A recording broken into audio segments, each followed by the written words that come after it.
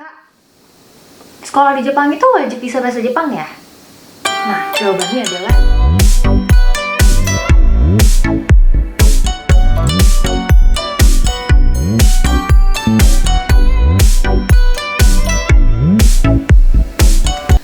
Hai teman-teman, saya Pipin Carolina. Saat ini saya sedang menempuh pendidikan S2 di Jepang.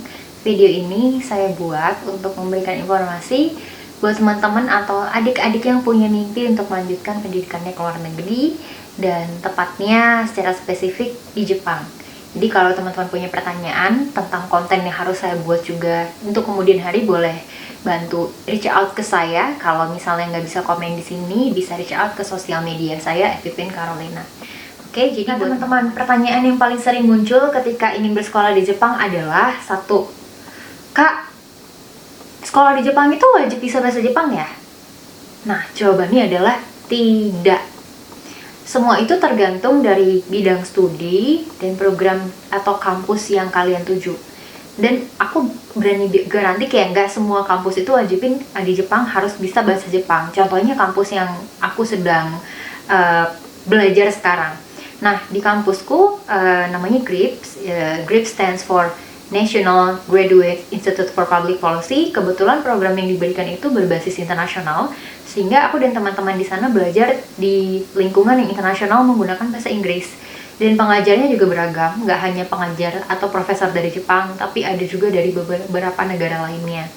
Nah, untuk kondisi seperti ini, bidang studi yang saya tempuh dan juga program yang saya ikuti itu internasional. Jadi yang diwajibkan bukan punya kualifikasi bahasa Jepang, melainkan kualifikasi bahasa Inggrisnya. Dan cara untuk memenuhi standar bahasa Inggris studi di kampus ini adalah dengan skor IELTS. Dan skor IELTS-nya itu standar ya teman-teman, mungkin beda dengan kampus-kampus di Eropa yang standarnya cukup tinggi. Kalau di Jepang, setahu saya standar minimum di kampus saya aja itu 6 untuk IELTS-nya.